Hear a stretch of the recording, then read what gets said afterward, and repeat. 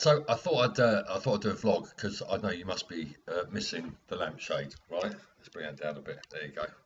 I'll just get the lampshade. We've got plant now as well, which is nice. Over there. Each time I do one of these things, new things will arrive behind me. It'd be like we'll have a picture on the wall. I can't have any pictures on the wall at the moment. I've got my Riri one up there, Rihanna and me, and I've got my Prince Charles letter in my bedroom, which is one of the reasons I want to post a vlog today. One of the nicest things happened today, and I want to share it with you if you don't mind. In 2008 I did the Royal Variety performance as the warm up in the company of His Royal Highness Prince Charles and his lovely wife Camilla, and I was only supposed to do 3 minutes at the beginning before, and then the pipes go, and then he goes into the box, and I go backstage. And there was quite a few stops that night, and so I had to keep going on and off. So I got to work in front of my future king quite a lot, and I didn't really have a plan, to be honest with you. As normally I don't, and so I just hoofed it, and it was amazing because I got to meet him afterwards. And what was quite funny, actually, a couple of months before, I'd done the warm up for Prince Charles's birthday party. And before he arrived, they filmed him arriving outside. And I did like a running commentary on him arriving. Now, obviously, he watched it back when he got home and heard my voice. And he told me that night that he thought it was very funny and didn't know who I was. And then I got to meet him. So, yeah, it was a really proud moment. He sent me a letter and it's hung on my bedroom wall in here. And I look at it every single day. With an immense amount of pride. And then today, a friend of mine, Dan, went to someone's office and found another letter hanging on the wall, which I've tweeted, Facebook, Instagram, done everything with Prince Charles writing to somebody else and mentioning me in it. And I'm utterly blown away, even though admittedly it was quite a few years ago. But I just want to say how lovely it is that the bit that's lovely, not the words that he wrote, I mean, they're really lovely, but the bit that really gets me is that my future king took time out of his day to write such lovely words about me. And that, I'm speechless, utterly speechless. I don't know really what to say, other than I'm truly humbled and so grateful. The future king of my country has made me really happy today. What's that all about? And there's me worrying about my block sink. I bought new daffodils as well, by the way. So I'm not going to do an Alan Partridge and thank Prince Charles on here because that's just ridiculous.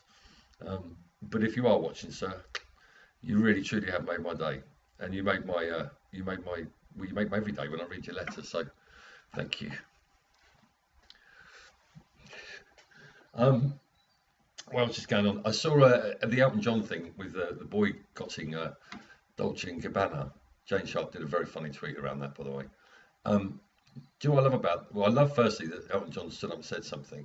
What I loved even more was Victoria Beckham, who's in the fashion world, stood up for her friend on Twitter. And I imagine that fashion world's really quite a bitchy place to be, I would imagine.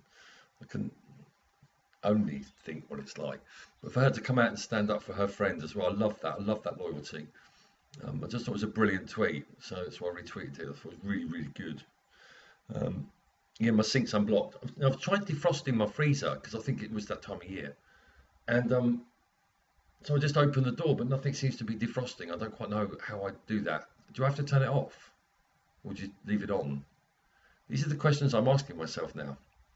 So I'm not quite sure what to do about my freezer. I'll come back to you on that on another vlog. I'm sure you're all really excited to hear that. I'm wearing a lot of Canada stuff, right? If you notice this, a lot of my stuff's got like Canada written on it.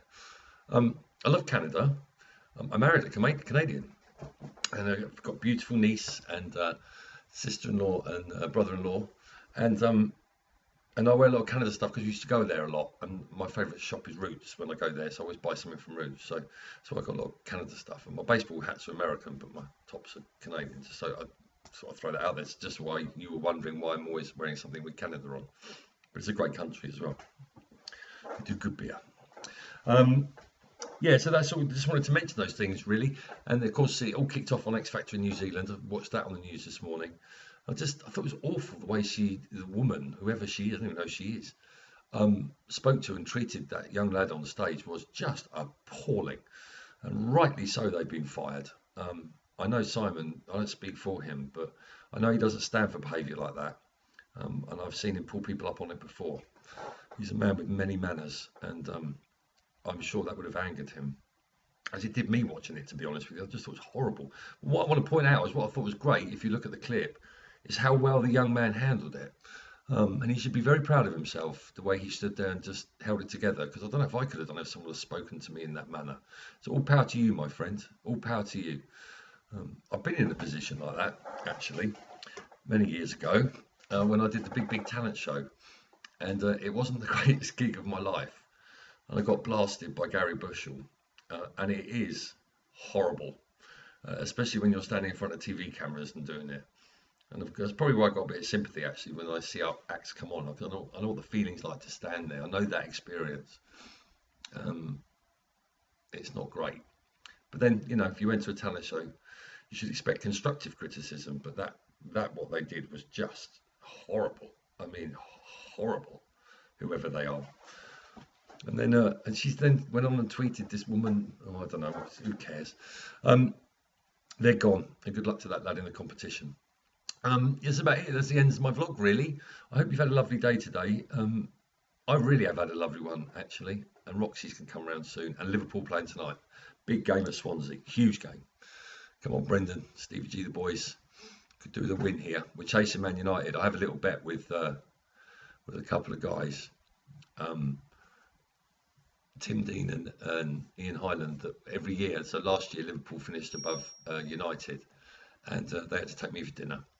And then if the other way around, I have to take them for dinner. It doesn't quite, the math don't add up on that though, because there's two of them and there's one of me. We had a nice night last time, so it's all good fun. But we're chasing you boys, not far behind now. Thought Rooney's celebration was utter genius, utter genius.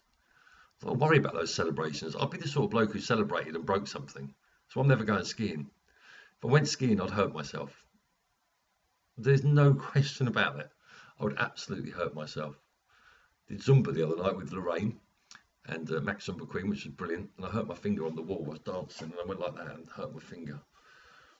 I don't know, I must be the only person in the world who can hurt his finger at Zumba. Anyway, have an amazing day today, and let's take the lead of our future king, because it takes 1 second just to say thank you to somebody, or to let them know they're being noticed. That's a beautiful, beautiful thing. And I felt really humbled and really great today. So yeah, that's about my vlog. Have a beautiful day today. If you're struggling a little bit today or for a bit in the dark, just reach out, it helps. It truly does. One happy Roycey.